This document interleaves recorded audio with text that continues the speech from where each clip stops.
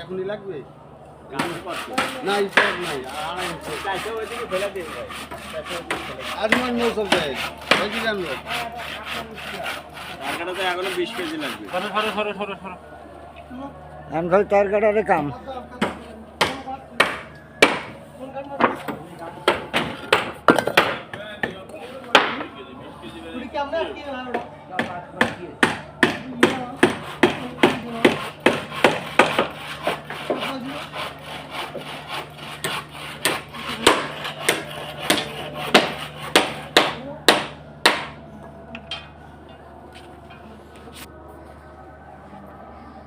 আরে